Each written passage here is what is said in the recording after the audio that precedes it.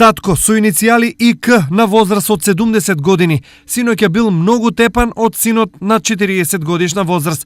Синот СК бил многу луд и пијан и не гледал каде мава по татко му. Откако соседи едвај го спасиле таткото, со сериозни повреди тој бил пренесен во Штипската клиничка болница. Таму лекарите му одределе болнички престој, но старецот избрал ризик и побарал да се лекува дома, а против синот полицијата ќе поднесе кривична пријава. Причините за инцидентот не беа откриени.